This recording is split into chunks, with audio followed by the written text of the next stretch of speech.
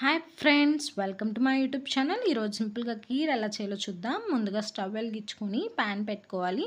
ప్యాన్లో వాటర్ లేకుండా హీట్ చేసుకోవాలి. ప్యాన్ హీట్ ఎక్కిన తర్వాత పావు తక్కువ 2 కప్పుల మిల్క్ యాడ్ చేసుకోవాలి. తర్వాత పావు కప్పు వాటర్ యాడ్ చేసుకోవాలి.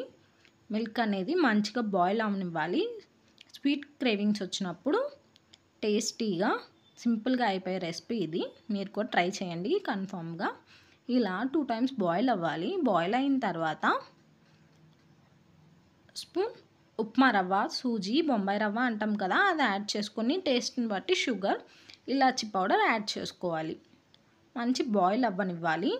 కొంచెం మీడియం ఫ్లేమ్లో పెట్టుకొని బాయిల్ చేసుకోండి. ఉప్మా రవ్వ బాగా కలవాలి. అంతే, బాగా కలుస్తుంది కదా.